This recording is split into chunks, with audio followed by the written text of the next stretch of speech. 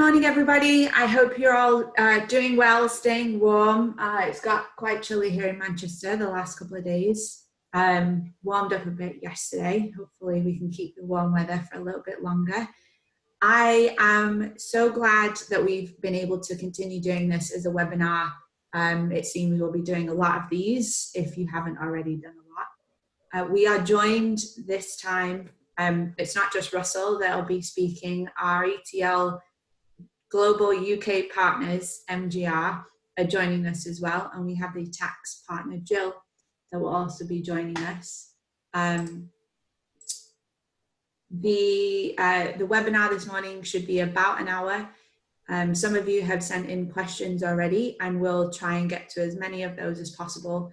I think if we can't get to those, we'll make sure that we answer the questions afterwards if we have to. Normally this part, if we were in the office, it would be fire exits are over there, bathrooms are over there, and I hope you had a good breakfast.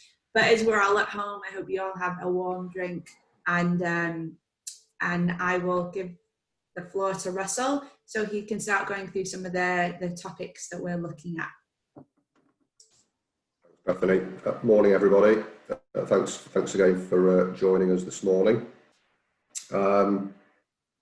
Right, well, for those of you, and I'm assuming that's pretty much everyone on this webinar who have any responsibility for HR within their organisations, so far, I think it'd be a bit of an understatement to say this year's been quite a busy year.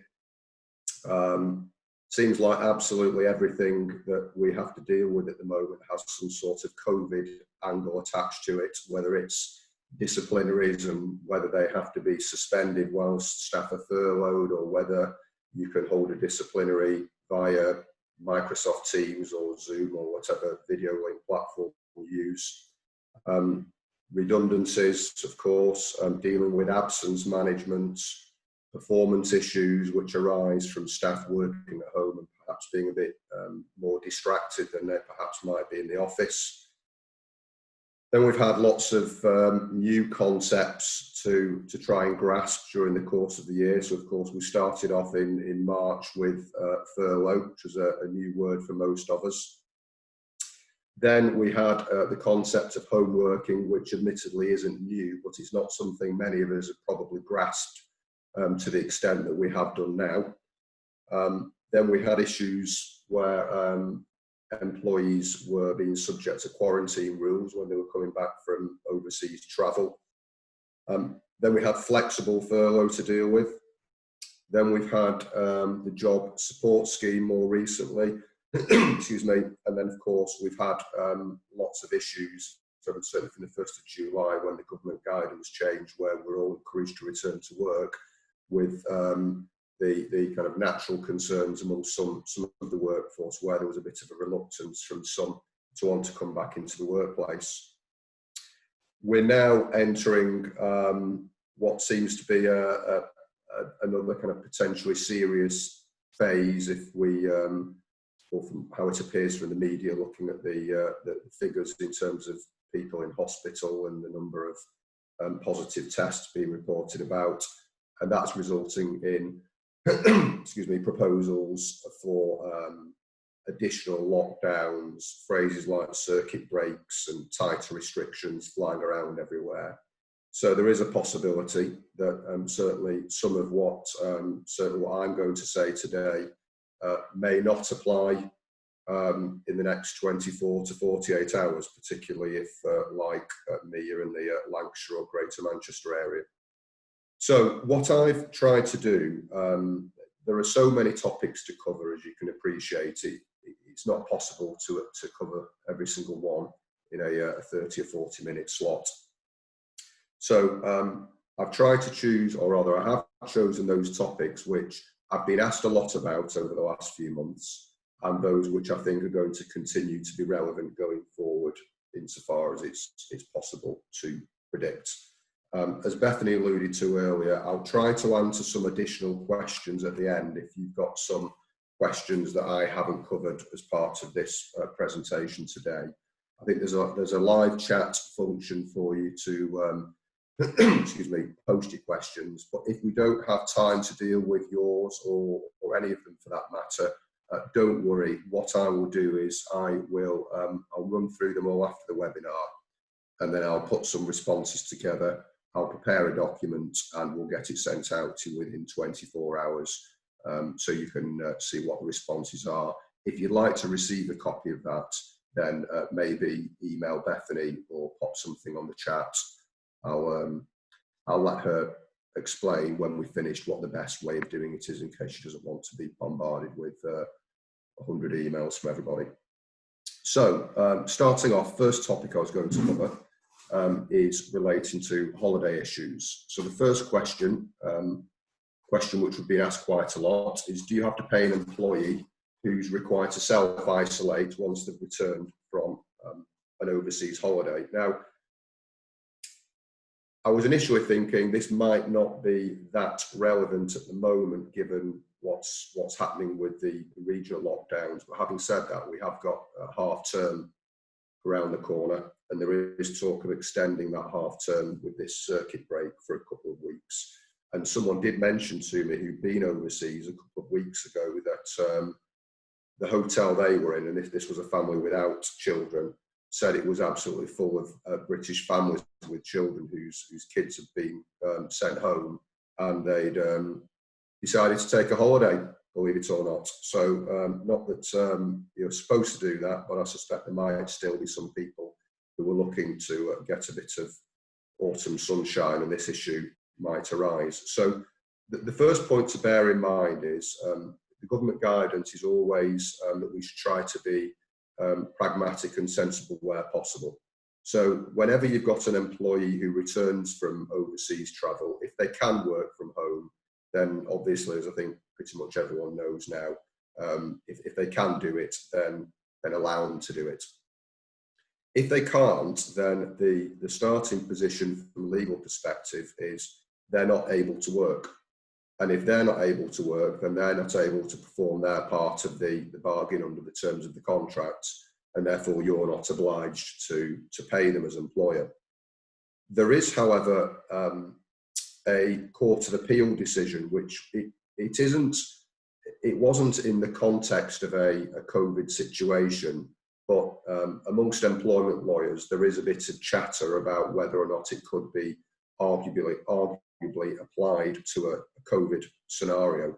So the Court of Appeal has said that basically where someone is ready and willing to work, but they're unable to do so because of some external third-party influence beyond their control, there's what was classified as an involuntary inability to work as a result of a unavoidable impediment.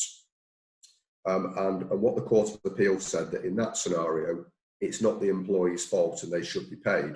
So you can envisage certain employees trying to run arguments that they are willing to work, but due to circumstances beyond their control, they're not able to come in, and therefore they should receive full pay. Now, I can see some logic to that argument. Personally, as an employer, I wouldn't apply that to my decision-making process. It's all about minimising risk, and I don't really think it's a huge risk to say to employees in a scenario like this that you wouldn't pay them. But most employees book annual leave pretty far in advance. And if they book their annual leave, certainly since June, July, then it's going to be difficult for them to argue that they were unaware of the possibility they might have to be quarantined on their return. If they book the holiday pre-COVID or pre-quarantining, then yeah, there's a possibility they could argue they didn't know. But otherwise, if they did know and they booked it more recently, then I think the argument that it's completely out of their control isn't a particularly good one. Assuming that's the case, then the government guidance is that on the basis that it's a mandatory requirement to self-isolate when you return to the UK from overseas travel, then that triggers entitlement to statutory sick pay. But rather confusingly, the provisions do also say that SSP is paid where someone is known or reasonably suspected to be infected or to be in contact with someone who's infected or something that's contaminated. So I think the idea that somebody says, well, I've been overseas and simply because of that, there might be a risk that I've been infected, it could be stretching it a little bit. I know the R numbers are much higher across Europe, but my personal view is to say, well, you've been on a holiday in Spain and therefore there's a realistic chance that you could have been infected is, well, a bit unrealistic. So there is an argument that you don't have to pay anything. But on the basis that the government say that you are eligible to pay SSP, then if you don't want to have any problems with your staff, then that seems to me the kind of sensible, pragmatic thing to do. So, next question, excuse me. Can we make an employee use annual leave where they have to self-isolate on their return from an overseas holiday? Well, again, as with all things legal related, there's always two or more possible arguments to this. So one point of view is, yes, you can. What you can do is when you receive a request for annual leave, then you automatically inform the employee, if you authorise it, that if they're travelling overseas, they will also be required to take 2 weeks annual leave from their entitlement immediately on their return. You've got the right as an employer, don't forget, to dictate when employees take annual leave. In theory, you can plan employees' annual leave out for the full year if you want to. It's not very common nowadays that that's done, but in theory, you are entitled to do so. So you could quite legitimately inform an employee when they submit an annual leave request that you'll expect them to take annual leave. You'll give them notice on the basis that you've got to give them twice as much notice as the amount of time they want to take off. So if it's a 14-day quarantine period, then you'd have to give them 28 days advance notice. You'd have to actually give them notice. I wouldn't be kind of wishy-washy about it and say, well, if you are quarantined, then we will probably want you to take annual leave, because that isn't clear enough notice. What you'd need to do is say, we are giving you formal notice that from this date to this date, you will be required to use 2 weeks of your annual leave entitlement. And then if they decide not to go overseas and they go to Bournemouth for 2 weeks, or for some reason the quarantining rules change, then you're perfectly entitled to say to them on the return, you don't need to take that annual leave now if you don't want to. There is, however, as I mentioned earlier, a counter-argument to that.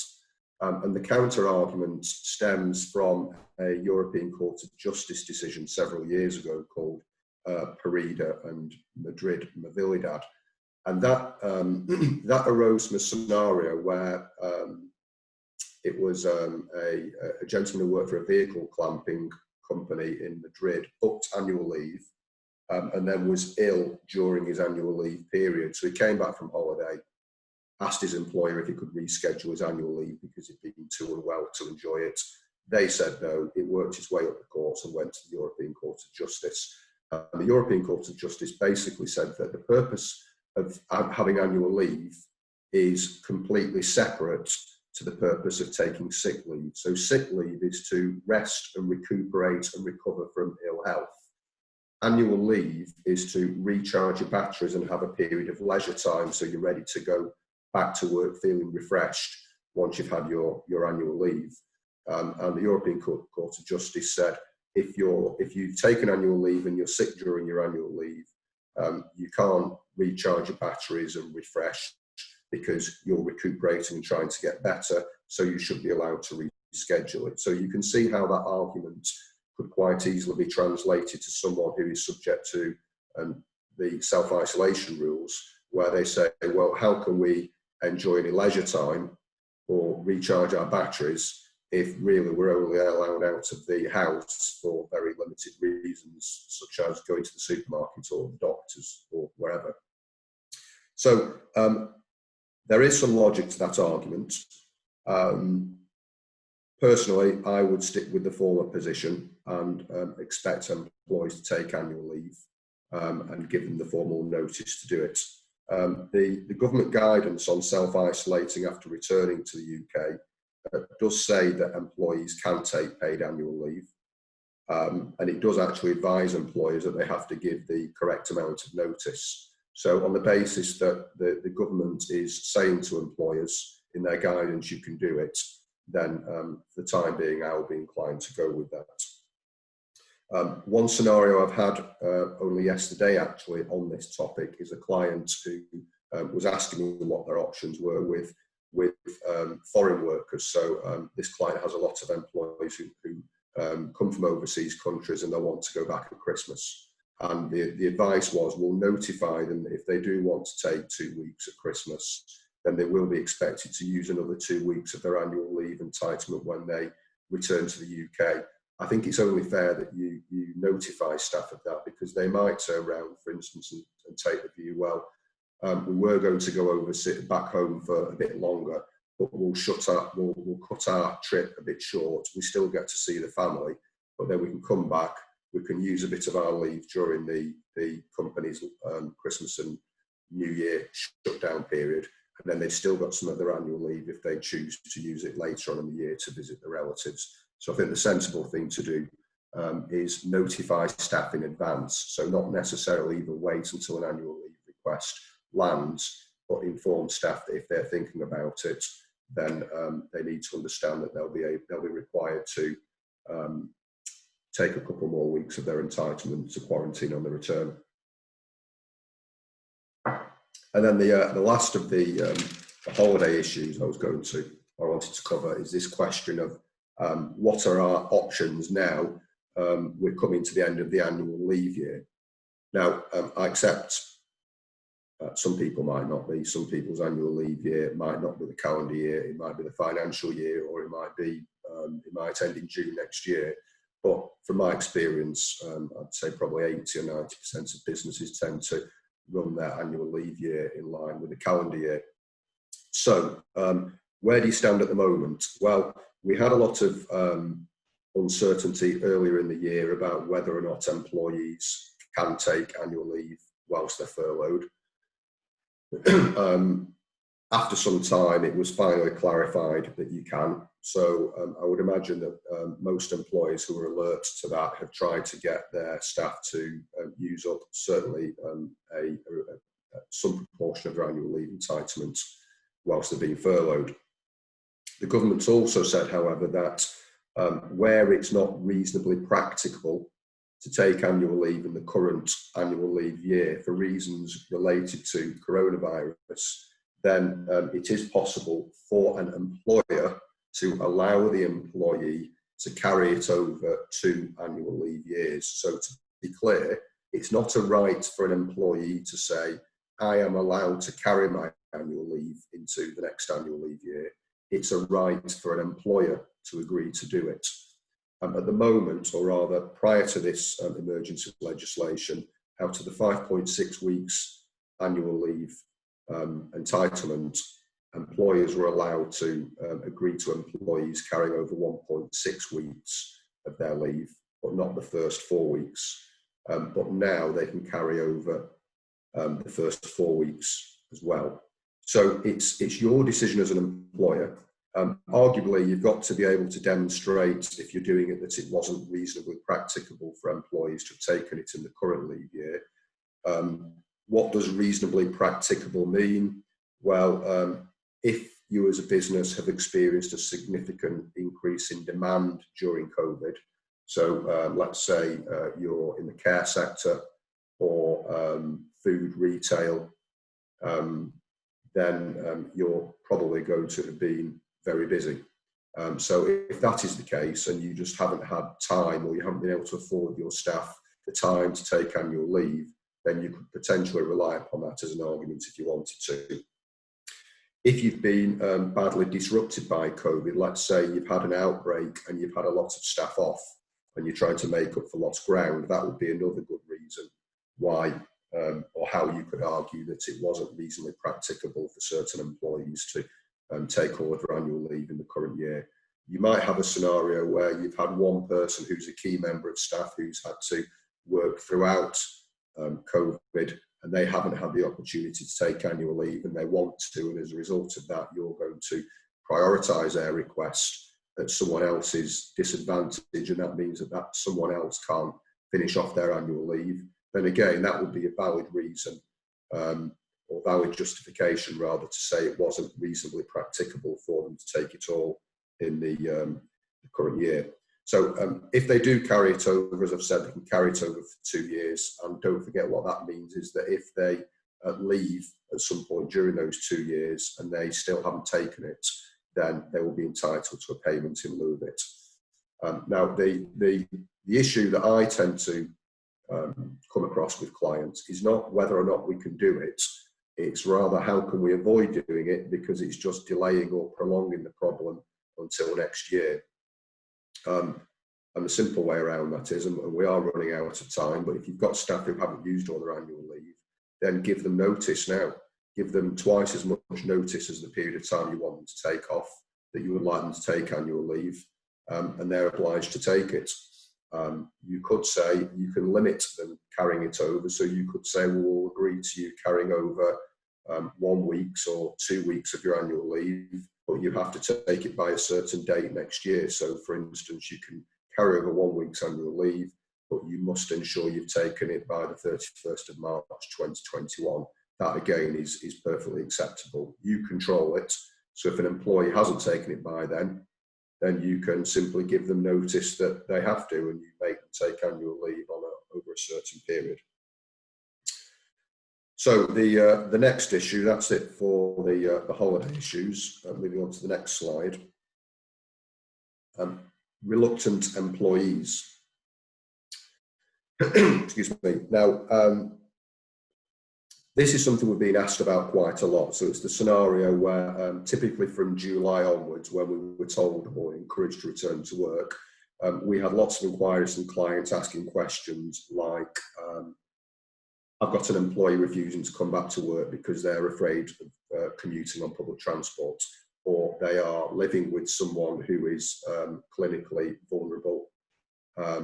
They did previously fall under the shielding definition, and they don't want to return to work for fear of becoming infected and passing that on to the relative in their household. So I'll cover a few of those issues in a second, but the first point I wanted to just flag up with everyone is I wanted to explain a concept which is relatively unknown to most people other than employment lawyers and litigators, and it's a concept known as interim relief. Now, under the Employment Rights Act, where an employee can demonstrate that there are certain hazards in the workplace that pose a risk to them, and where they are in imminent danger, then they are entitled to refuse to come into work on health and safety grounds. If they are then dismissed for not coming into work, irrespective of whether or not they've got 2 years service or not, they can claim automatic unfair dismissal. What they usually tend to do is tie that complaint in with a whistleblowing complaint, where they claim that they made a protected disclosure, the protected disclosure being that they've disclosed some lawful practice or health and safety concern within the workplace, and as a result of that, they've been dismissed. What that allows them to do is bring a claim not only for loss of earnings damages, but also for injury to feelings damages, and more importantly, they can apply for what's called interim relief, and that involves an emergency application to a tribunal within a matter of weeks of or days even rather, of the dismissal, where an employment tribunal has the power to instruct or order the employer to re-engage the employee until the end of the litigation. And if the employer doesn't want to do that, then the tribunal can order the employer to keep on paying the employee their wages until the end of the litigation. Now, there is a test that has to be applied in that case, and the test is whether or not it was likely that at the final hearing, the tribunal would conclude that the reason for the dismissal was the fact that the employee had raised the health and safety concern. But there's already one case of this that's gone through the tribunal. It wasn't successful, but I'm aware of one where an employee was dismissed on the 9th of July, and there was a hearing on the 12th of August this year to address the issue of interim relief. It wasn't successful, as I've said, but that's just one case I'm aware of, and I'm sure there'll be more to come.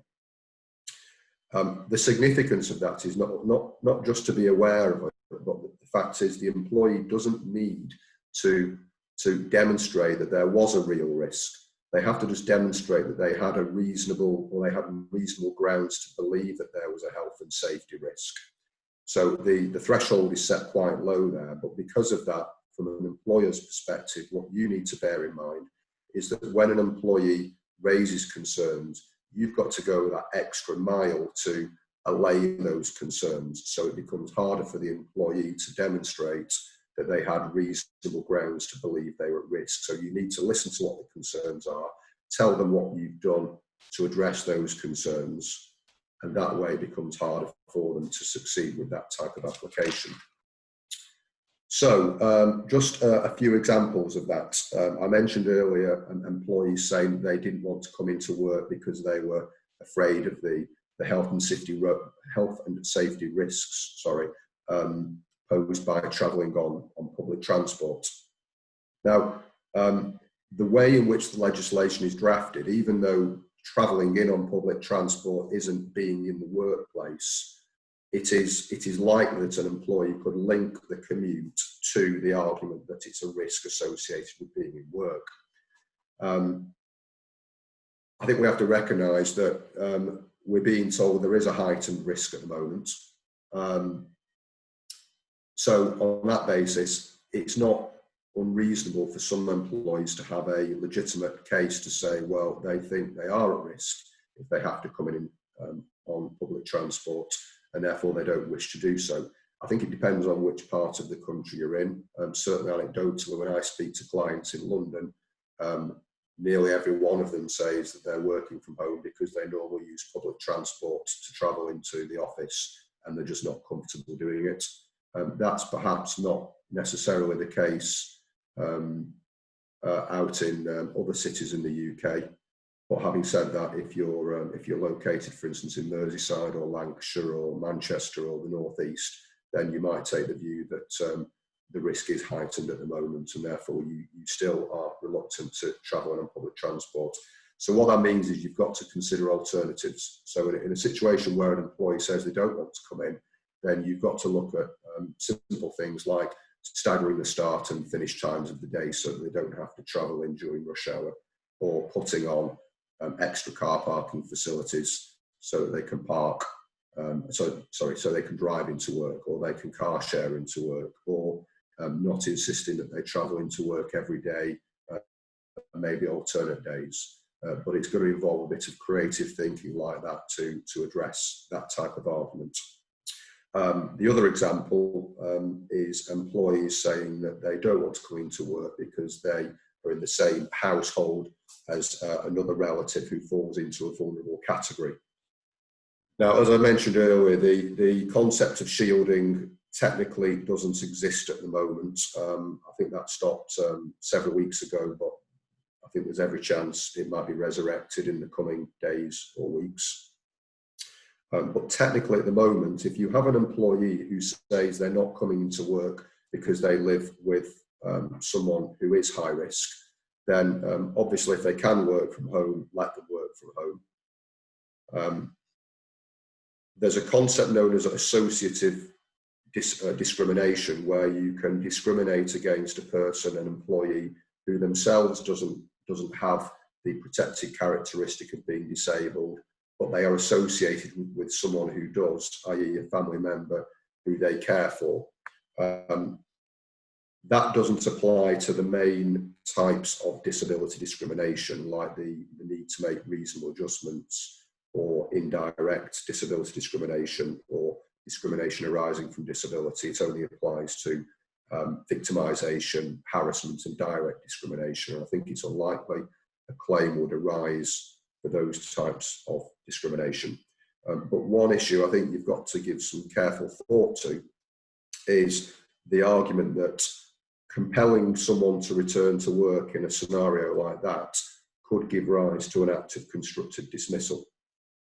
So the common argument is that there's been a repudiatory breach by the employer, the breach being the breach of the implied duty of trust and confidence in forcing the employee to return to work. And what the employee has to demonstrate is that the employer's actions were calculated or likely to seriously damage or breach that duty of trust and confidence.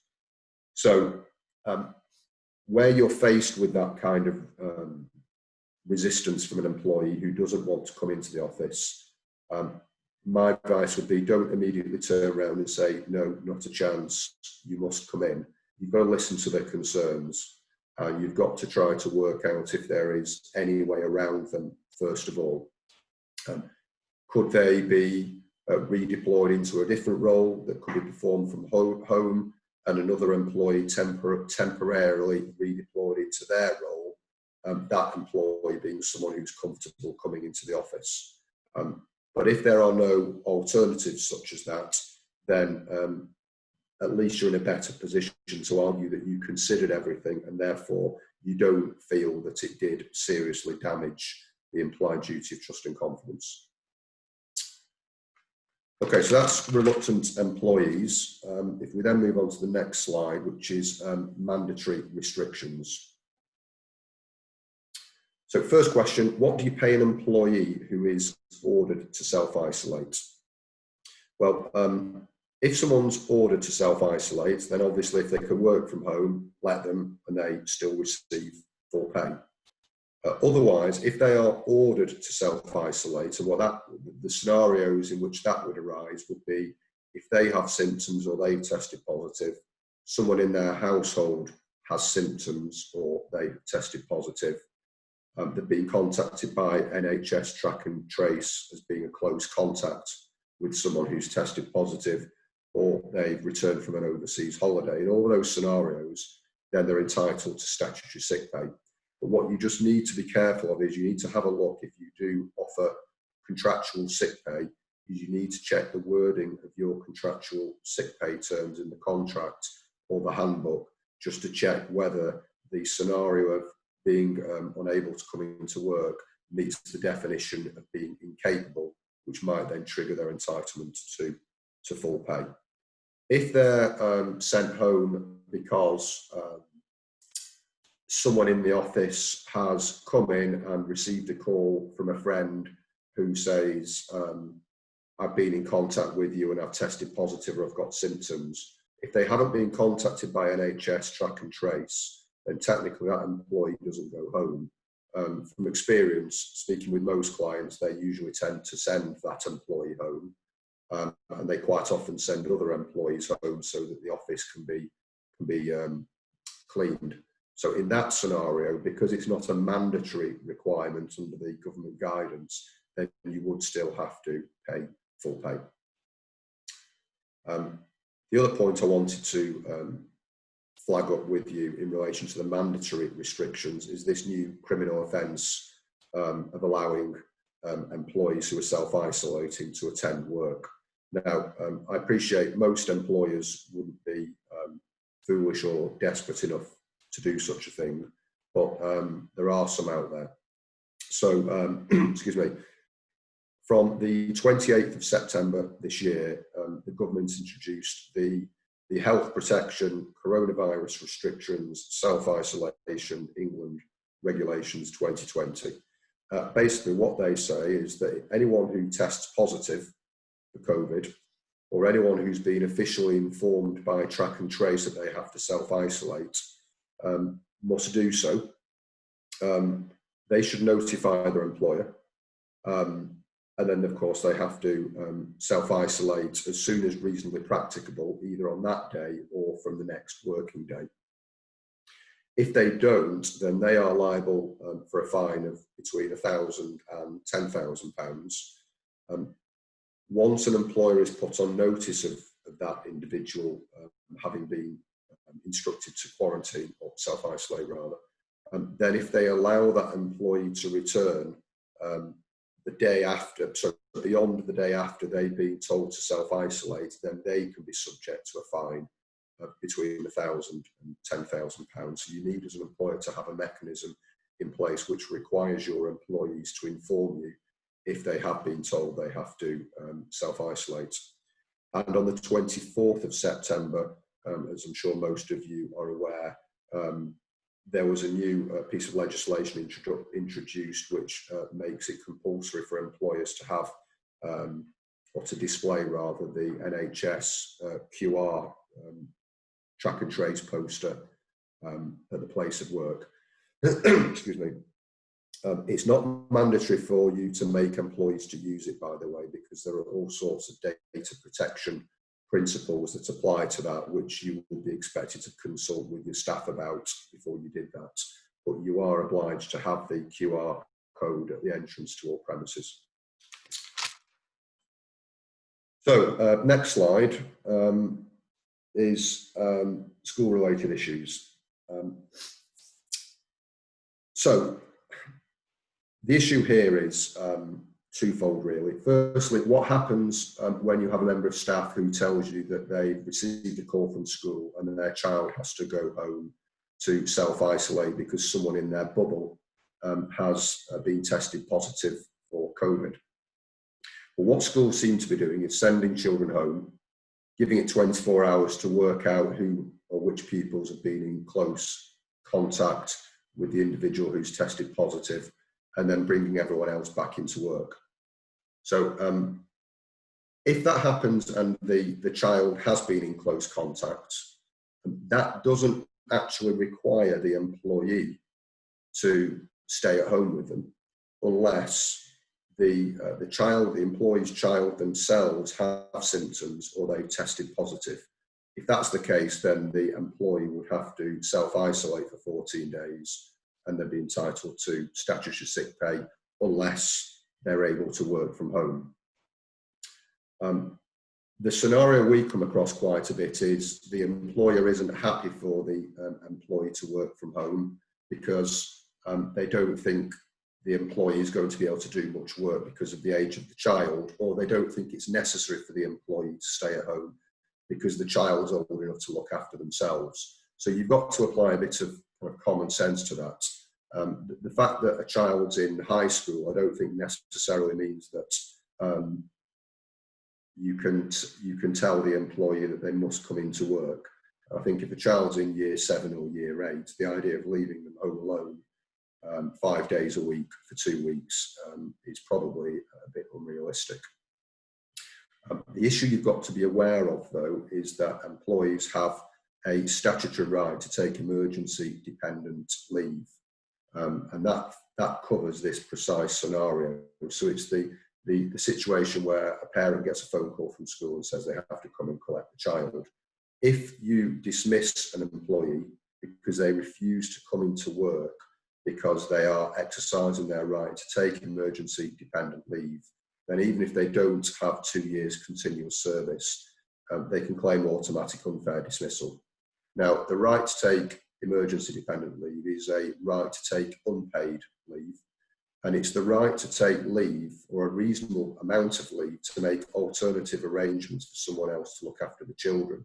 Now, earlier in the days of COVID, that was pretty difficult because even grandparents weren't allowed to come in the same household, but those rules have been relaxed now.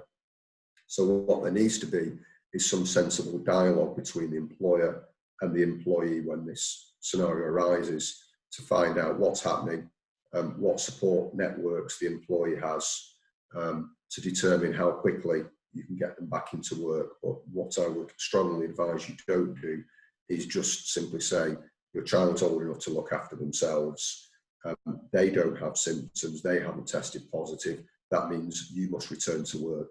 And if you don't, then we will terminate your employment, because that is almost certainly going to result in a claim of automatic unfair dismissal. And then finally, the last topic I wanted to cover was this issue of employees breaking the rules. So we have had quite a lot of inquiries from clients in the last 4 to 5 weeks, perhaps more so due to the fact that we're located in one of the areas that's been subject to the North of England lockdown rules. But on the basis that I think the likelihood is a lot of other areas of the country are going to be put into tier 2 in the coming weeks, which is effectively the same as the Northern lockdown rules.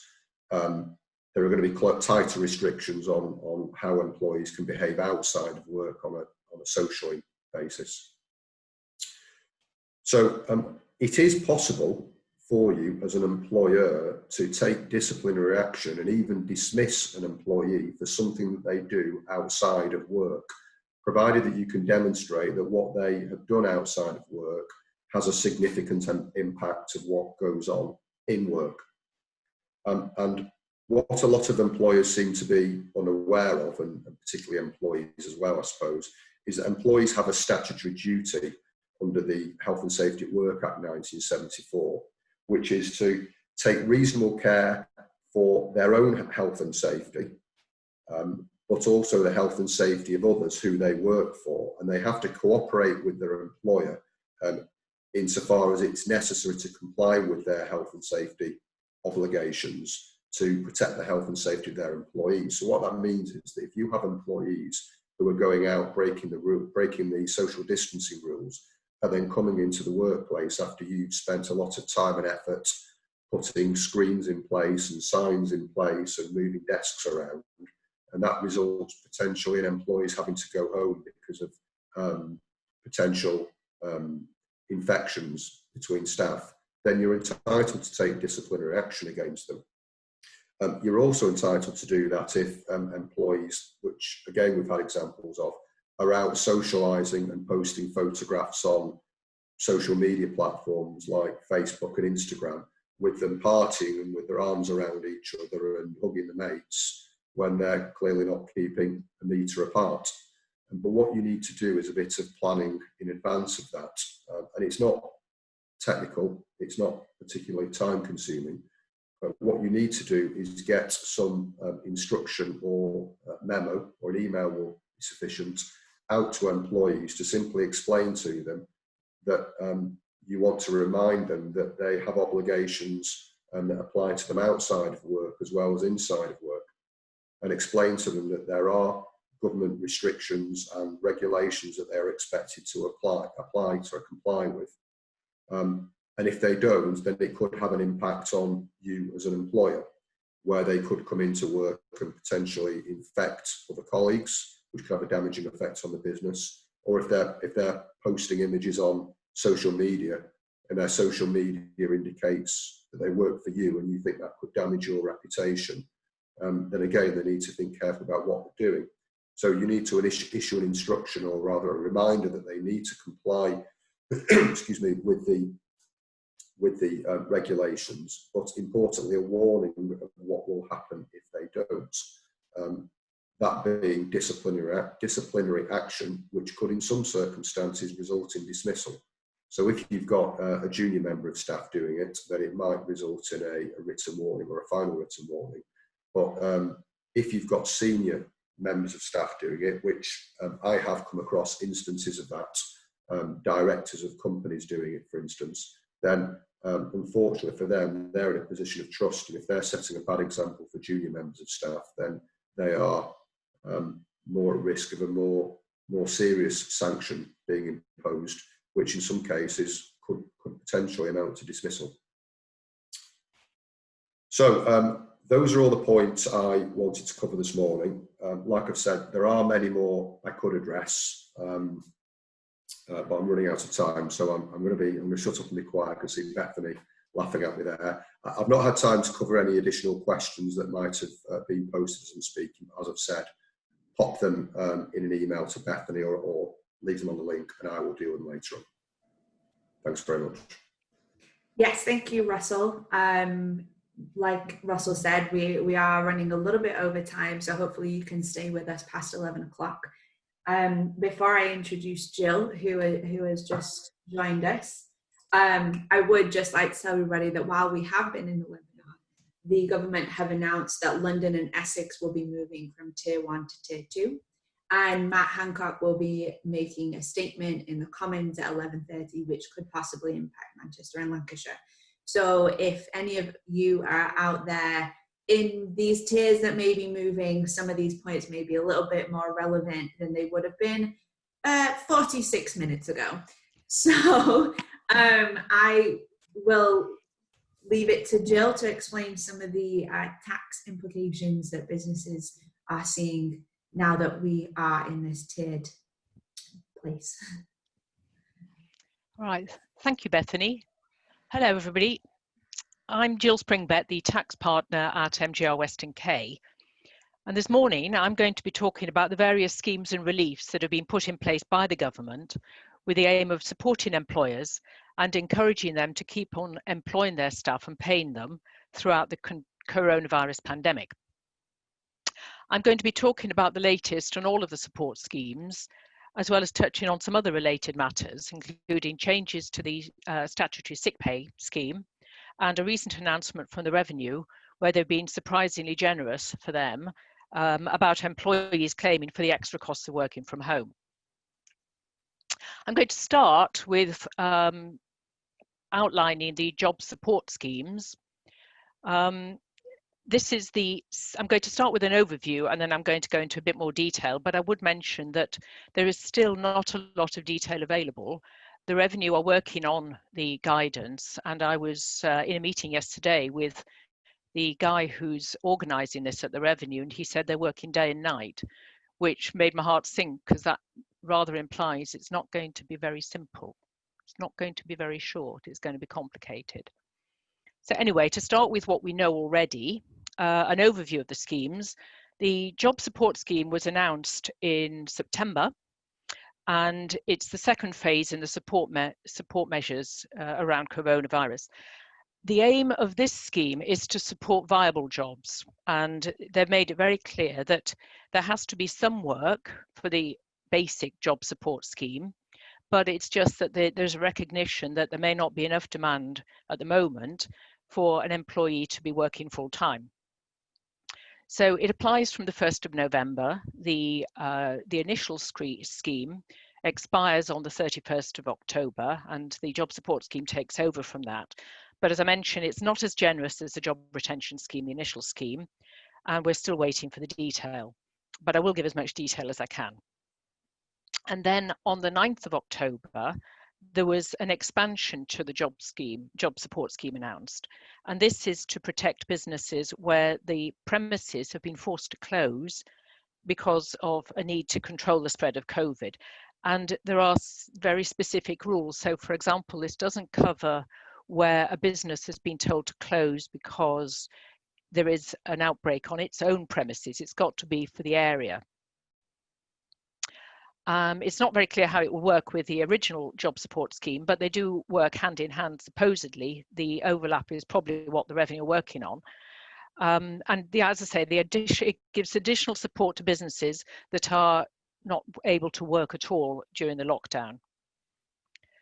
Right, so a bit more detail on the initial job support scheme first. As mentioned, it starts on the 1st of November and it runs for 6 months until April 2021. The idea is to support businesses which are facing reduced demand, which is likely to continue into the winter months. And inevitably, there are lots of requirements. Perhaps the most important one is that the employee must continue to work for at least a third of their normal hours. The employer has to continue to pay the employee for the hours that the employee works. And then the job support scheme will pay for 1/3 of the hours that are not worked. But there is a limit per employee of £697.92 per month that the job support scheme will pay. And then the employer has to pay the employee for the 1/3 of hours not worked at their full salary. So the effect is that there are grants of up to 22% of the salaries of employees who are working part-time due to the coronavirus. As I mentioned, further guidance and legislation is expected, and they are aiming to get that out soon because obviously we don't have very long before the 1st of November. Neither the employer nor the employee needs to have taken part in the coronavirus job retention scheme, the previous scheme. And there are various other rules that apply to both of the job support scheme schemes.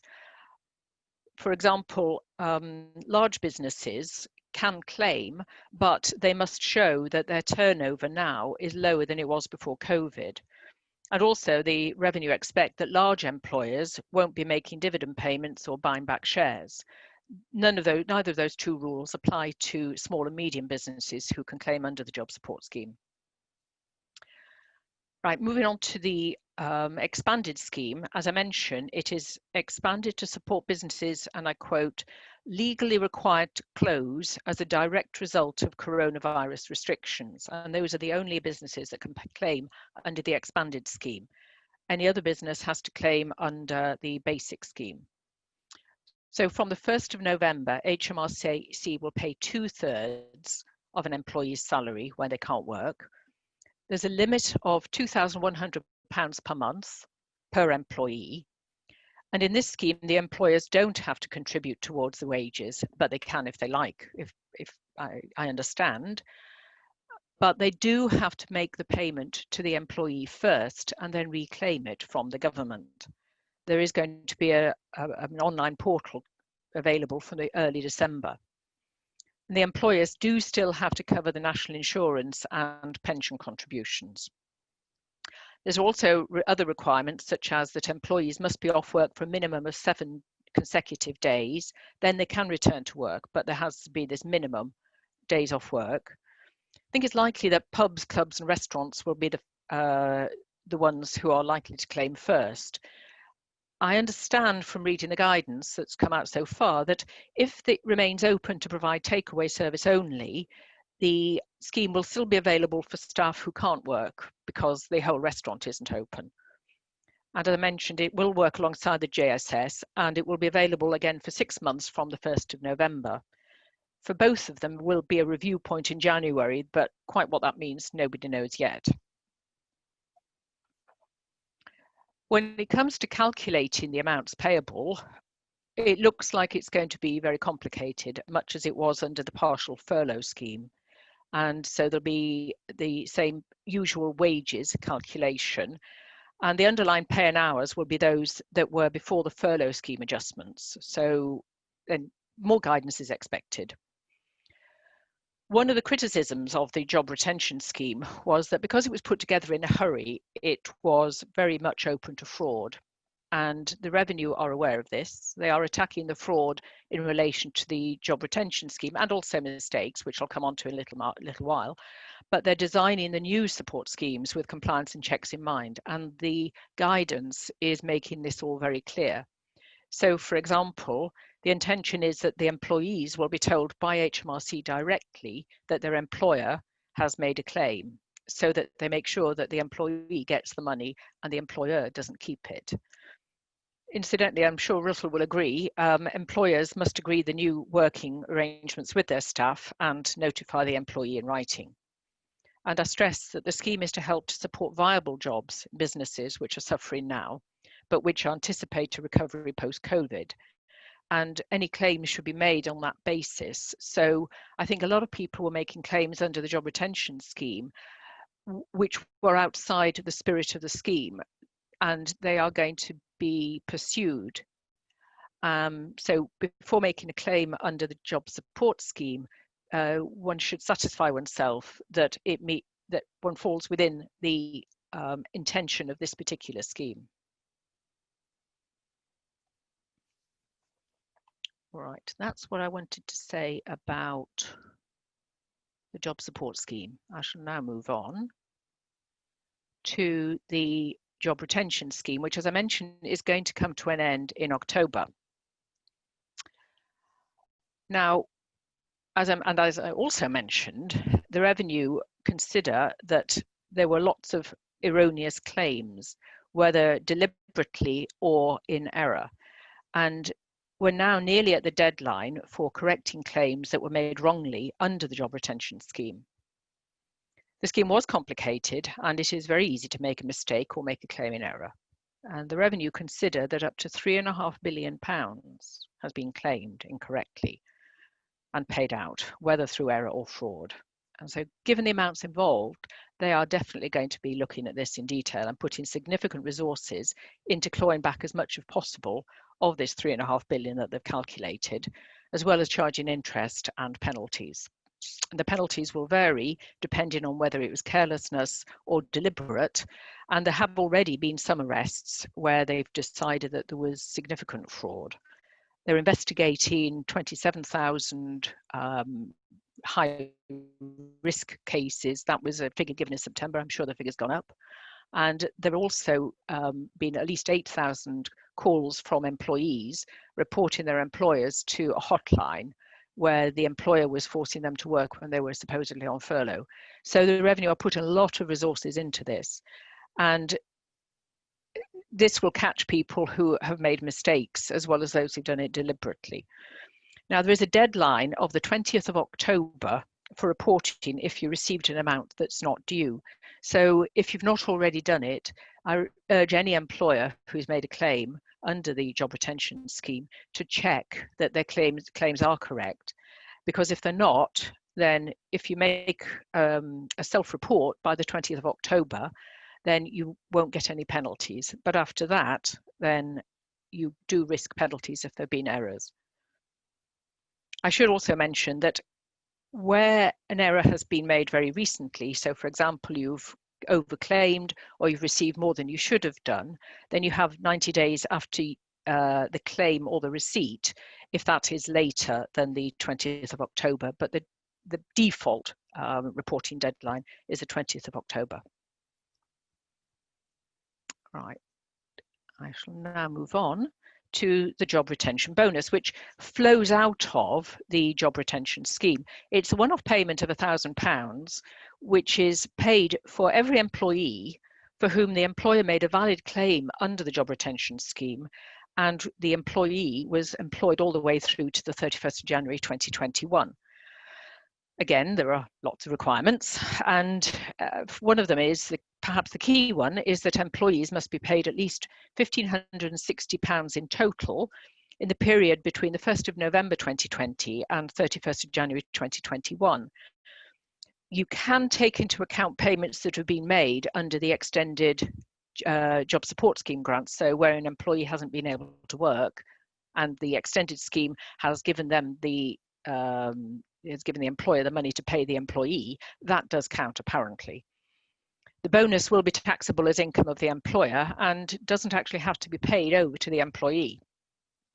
Payments will be made from February 2021 after a claim, and it is available to all employers, not just businesses. So somebody who claimed under the job retention scheme for making payments to domestic staff, for example, they are eligible for the job retention benefit bonus, and they don't have to pay tax on the grants received under the scheme, presumably because the amounts they pay to their staff are not paid out of income before tax.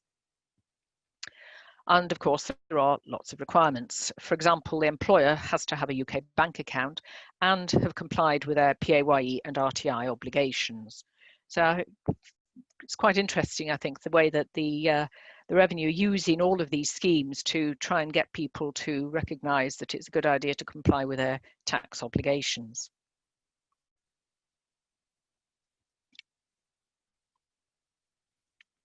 And as I mentioned, there are some changes to statutory sick pay, where small and medium businesses pay statutory sick pay to their employees, where the employee is absent due to COVID, actually suffering from COVID, or they're self-isolating, or they're shielding, the employer can claim 2 weeks of statutory sick pay.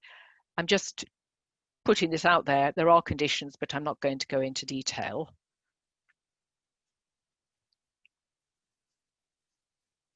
And then finally, I just wanted to mention that the Revenue have recently launched an online claims checker and portal to claim for claiming extra expenses that have been incurred when people have been working from home. Usually, these are only tax-free when the employer requires the employee to work from home and actually pays a contribution, and then up to £4 a week before the 5th of April was tax-free. But now the employee can claim for extra costs without having to have anything from their employer. And before the 5th of April 2020, it's £4 a week, and then after it's £6. And you don't have to work from home for the full week to claim. If you want, you can claim on an actual basis, but then you've got to have the support. And I have to say, we make claims like this for self-employed people when they're working from home. And when you actually drill down, it's got to be the extra costs that are incurred when somebody's working from home. And in a lot of cases, you can claim surprisingly little when you actually have a look at what the extra costs of heating that bit more or a bit more electricity are. As I mentioned, there's an online claims checker, and it's worth everybody's while going and making the claim. And that's what I wanted to say about the tax issues surrounding the coronavirus schemes, with a few added bits. So I'll hand back to Bethany.